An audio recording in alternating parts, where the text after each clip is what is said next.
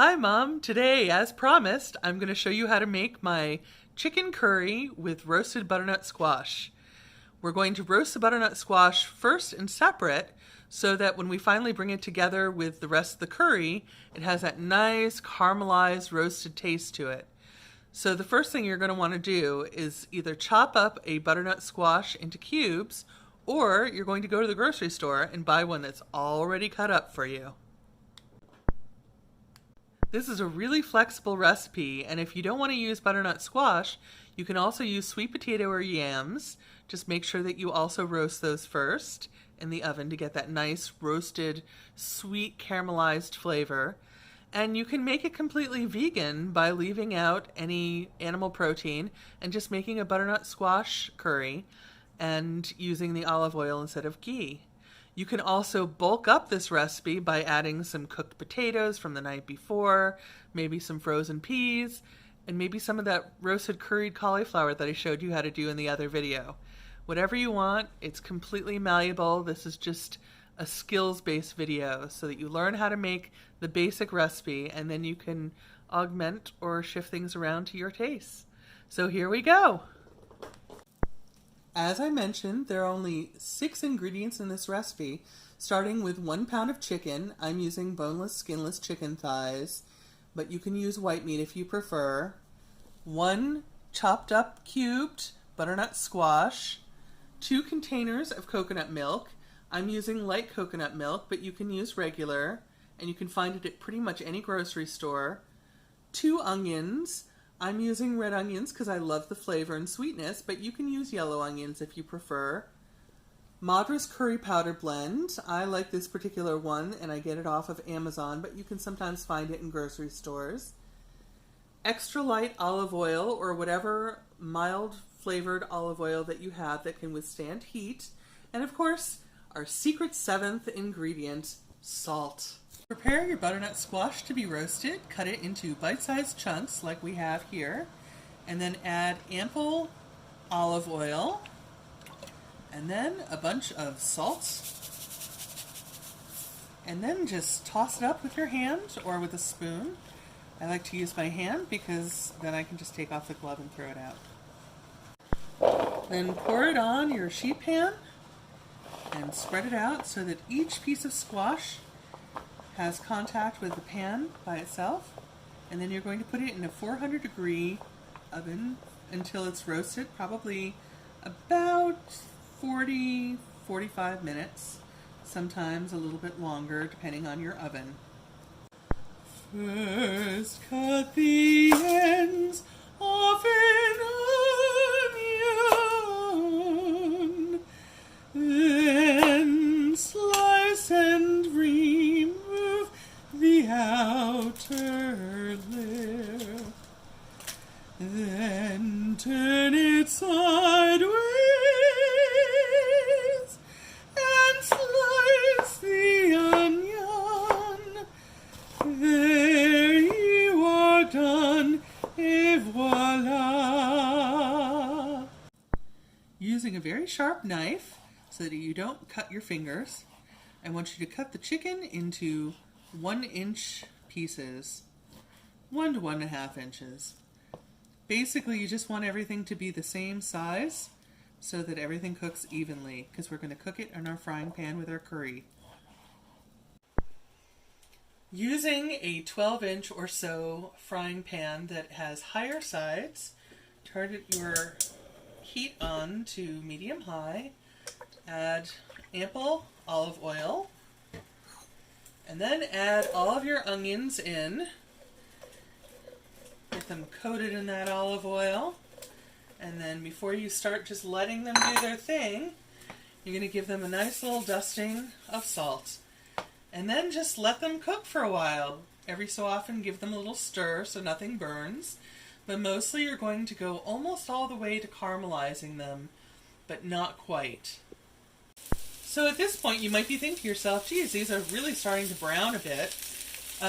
If it happens that they start browning and they are not translucent yet, then you're going to want to turn down the heat to medium-low so that you give them a little bit more time to get their caramely goodness going. And then just sort of toss them around the pan and let them keep cooking until they are translucent. When your squash look like this, they are done. Give them a good toss so that they get all sides back in that olive oil for a second. And then you're going to take a fork and mash about half of them. And the reason you're going to mash half of them is you're going to use the mashed bits to thicken your curry. When your onions look like this, you're ready to proceed. So now you're going to dump in 3 tablespoons of our curry powder, and make sure that you don't have a dry pan. If you need to add a little bit of extra olive oil at this point, go for it. But the most important thing is that we're going to toast these spices for a minute or two, because there's nothing worse than having raw curry in your curry. Raw spices are not tasty. So you want to let them do their toasting thing, constantly moving them around the pan, like so. At this point, you're going to turn up your pan again to high after your spices have had a minute or two to cook. And now we're going to dump in all that beautiful chicken. And you're just going to toss it around with all that onion and that curry spice until everything is well coated. And then you're just going to let it cook. So you're going to just make sure that you have one layer of chicken in your pan, like so, making sure as much of the actual chicken has contact with the bottom of the pan as possible, and then let it be for a minute or two. After a minute or two, when you've probably got a little bit of brown marking on one side of your chicken, I want you to flip it around the pan again like this, making sure that nothing is stuck and nothing is burning.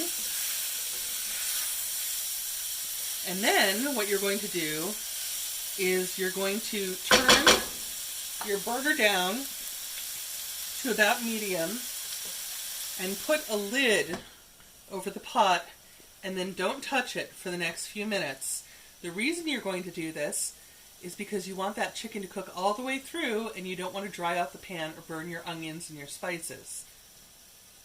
After about 4 or 5 minutes, your mixture is going to look like this. Give it a good toss. And as you can see, those onions finished cooking. And now it's time for us to add our coconut milk. So there's 1. There's 2. And now you're just going to give it a little bit of a stir to let it start commingling with all that spice. And you're going to see it start turning color. Then the next thing we're going to do is we're going to add in all of that wonderful smashed butternut squash, because we're going to use that to thicken this curry. And then of course we have some whole pieces to throw in at the end so that we have some nice toothsome bits as well. So now you just want to keep stirring, incorporating all that curry into the coconut milk and all of that butternut squash into the coconut milk as well, so that everything starts becoming one cohesive curry. After this is done, you're going to let it simmer for about 5 or 10 minutes, or until you can't stand it anymore and you have to eat it immediately. But the longer you let it simmer, the better the flavor will get. And it's at this point that you can also sort of taste your creation and adjust seasonings. Do you want more salt in there? Do you want some pepper? Maybe you want to add some spicy peppers of some sort, or, well, not you, Mom, but somebody else might want to add some spicy peppers or some white pepper or something like that. As for me, there's plenty of spice in this curry mix, so this particular curry blend does not need more spice for my palate or your palate. And since you're cooking so that you can eat it, Mom, I'm not going to blow your palate out on this. So you see, everything is nicely incorporated now. And so we're going to take our lid once more, cover this up, put this down on low, and let it simmer for about 5 or 10 minutes.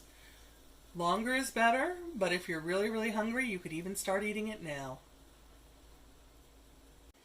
If you're anything like me, you like a little bit more spice added at the very end, but you don't want to put raw spices into your curry, so the secret is to toast them a little bit. So in a separate nonstick pan, you're going to turn on your heat. You're going to add some oil to a pan. Get that moved around a little bit. And then you're going to put however extra much curry powder you want to add. I'm going to add another 2 tablespoons because I like it a little bit more intense in flavor. And now you're just going to move that around and toast it for a few minutes. And then when it's done toasting, you're just going to add it into your curry, but it won't be raw tasting. It's a little secret that I learned from watching Artie Sequeira on the Food Network. Call out, y'all. When your spices are done cooking a little bit, toasting in the other pan, you just add them in to your simmering curry, like so. And see how they sizzle? And then you're just going to stir them in. Now this part is not so relevant to you, Mom, because I know that you don't want lots of extra spice. But for people that might watch this video, all 5 of you, who want to know how to add even more spice, and then you just let it go back to simmering. At this point, I'm going to add in all of my lovely butternut squash pieces so that they can start getting infused with the curry flavor. And if you wanted to, you could add some other stuff. Any leftover vegetables you have that are already cooked in the fridge. Maybe some leftover potatoes. Hey, you could even make this a little bit more savory, and instead of using butternut squash, you could just use some mashed potatoes to thicken up your curry. But at this point, it's pretty much done. Just give it a few more minutes to simmer, and then it's time to taste it, which is Joel's favorite part. Well, there you go, Mom. That's how you make my chicken curry with roasted butternut squash. You can serve it up over some rice with a nice little dollop of cooling Greek yogurt on the side. And now Mr. Kitty will do the official taste test. Mr. Kitty, if you will.